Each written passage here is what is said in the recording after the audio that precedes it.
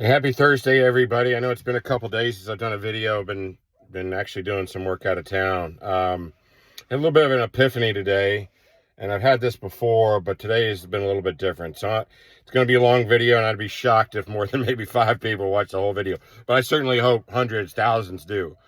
But anyways, let's talk about the message first today. Don't worry about what you're doing. If you know that by living right, you're having a positive impact on those around you. By living right, you're setting an example and having a positive impact on those around you. So take comfort in that. That's the saying for today. Now, as far as kind of this epiphany I'm talking about, I've been through a lot in my life, the 50 physical years I've spent on this earth, and I've overcome a lot. Not many people know what I've overcome.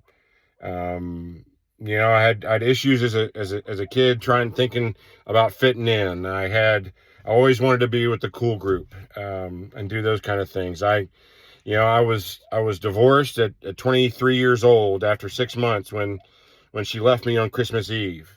And then I was single for a long time, and I had a lot of fun. Believe me, I had a lot of fun in the 10 years I was single. I had a DUI.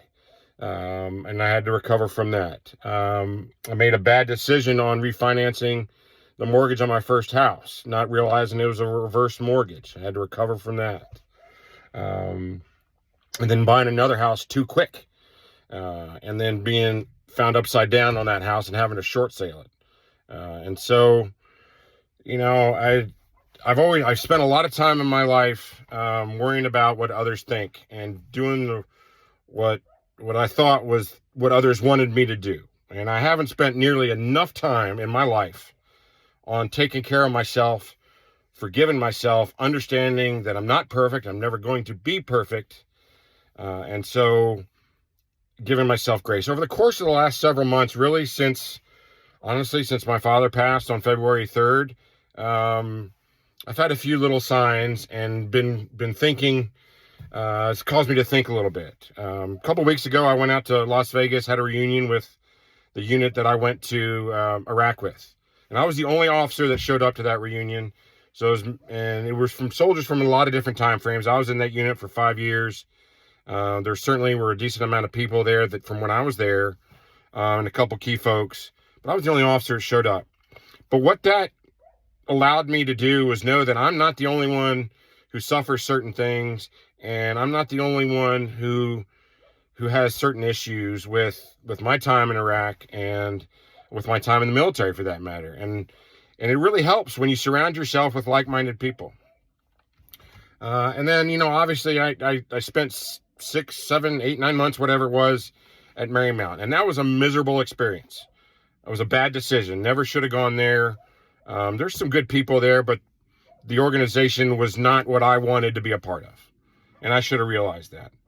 And so, since I left on March 11th, I've just really been kind of focused on here in Lexington and on our little ranch and the family and seeing some different things. And I've had several interviews, and I thought I've been close on a couple different jobs. But things have pointed me to two things. What's happened has pointed me to two things. One, this opportunity I have to be a fisher of men with C Street for Christ, and fulfilling my part of the Great Commission. And two, professionally making the Old School Blazer Company the preeminent company in the clothing textile industry, supporting schools, supporting foundations, and the like. And then also, I need to make myself a priority. And so it was interesting. I was driving back from Charlotte, and I was listening to a podcast, and it was with a member of the Washington football team, and a team that I'm a proud season ticket holder for. I have been. This is my 4th season. But it's a new player to the team, and the question was asked of him. So, what are your expectations? Or what are you going to do? Something to that effect. I'm paraphrasing. But what he said is, I'm just going to focus on being the best version of myself. Okay. I thought about it and it made sense.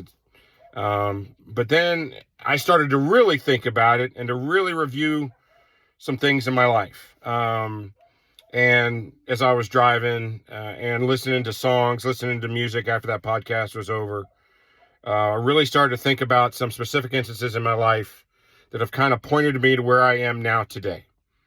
After the DUI, I sat down with a great friend and a mentor, the chaplain at VMI, who'd come in when I was towards the end of my cadetship, Chaplain Jim Park.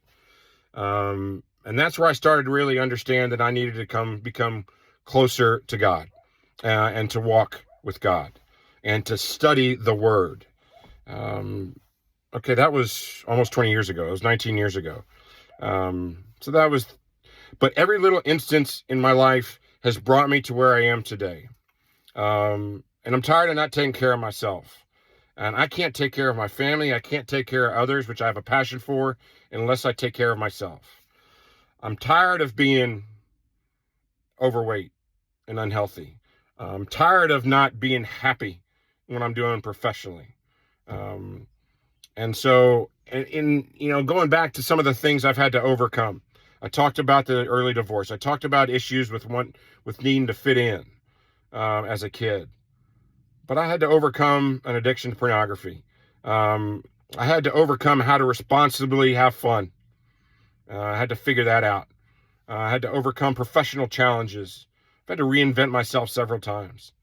But it's all brought me to where I am today. And I think now today I'm convinced more than ever that I have a solid way to make sure that I'm happy, so that therefore I can accomplish the goals I want to accomplish for my family, for me, and for others. I'm determined to do that. I've talked about it for 15 years, but I'm going to write a book about my story, and it's going to be called Be You Bravely. And what I'm asking is, if you're watching 7 minutes into this video, hold me accountable. Tom, how you coming on your book? How you coming on your book? How you coming on dropping 50 pounds? How you coming on being a better father, a better husband? How you coming on those things? I need people around me to hold me accountable.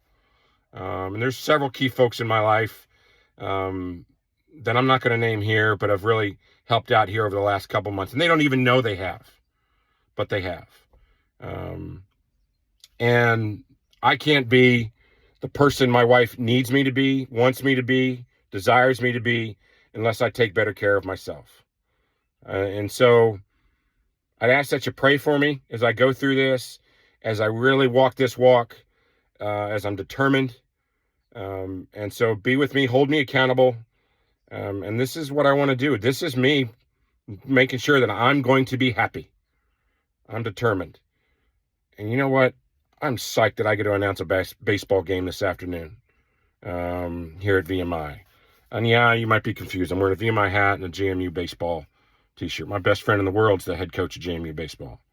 And I'm a VMI man, and he's a VMI man. So it makes sense, right? And my mother-in-law worked at JMU for 40 years. So I'm proud of that. Anyways, I just wanted to make sure, I needed to share that today. And I hope it maybe inspires somebody, but more so, I want you to keep me accountable. Ask me about this. Ask me how I'm doing on a daily basis. Be with me on this journey. God bless each of you. Have a blessed day today, and be you bravely.